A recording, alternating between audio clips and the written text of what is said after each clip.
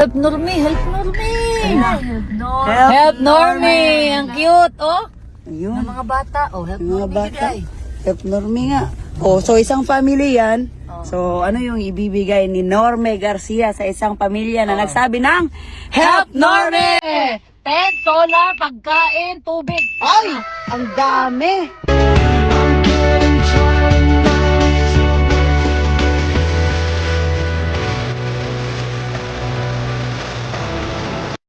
Kamu na, bahala na, mama.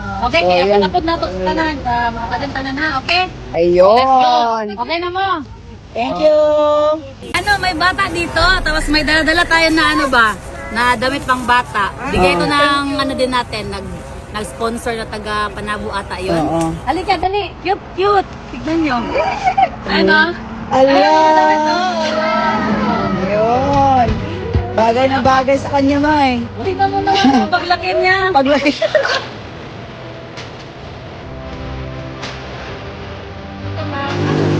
Ayun!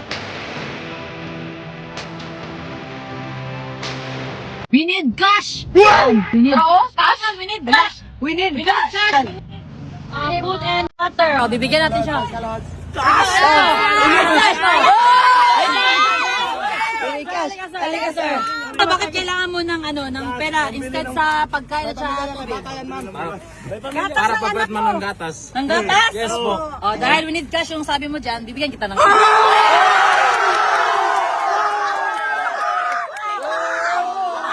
Oh, we need food and water. Oh, food and water. Oh, ano ba to?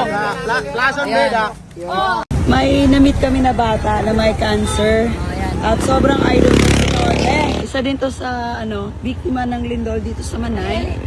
So, ayan. There's a place in your heart, and I know that it is love.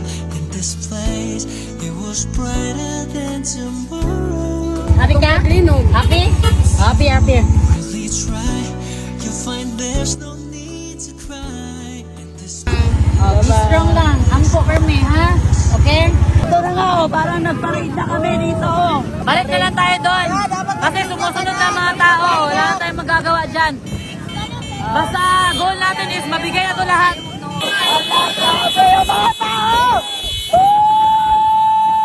Hoy, hinay mo ba? Marisgrasya Hinay lang, namin. hinay lang. Sabi ni Kuya, pag uwi tayo ng Tagum, pupunta pa rin sila ng Tagum. Ubus na daw gasolina nila, kakasunod. Oh, ubus na daw gasolina. Hoy, hawa na tayo. Eh! Hoy!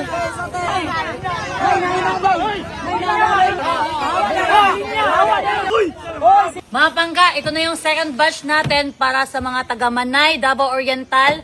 So, meron tayong dala-dala na 45 pieces na tent. Ayan. Meron tayong 81 pieces na solar light. Tapos 100 na malong. May mga tubig, may relief goods, tapos may 50 na trapal. Ayan. So, bibigyan natin itong mga pangga per family na ha, hindi na per person. Pupunta tayo sa mga liblib na lugar doon sa Davao Oriental, Manay. So, depende na lang kung ano mangyayari doon. So, sana gabayan tayo ni Lord at saka magiging successful yung pamimigay natin mamaya.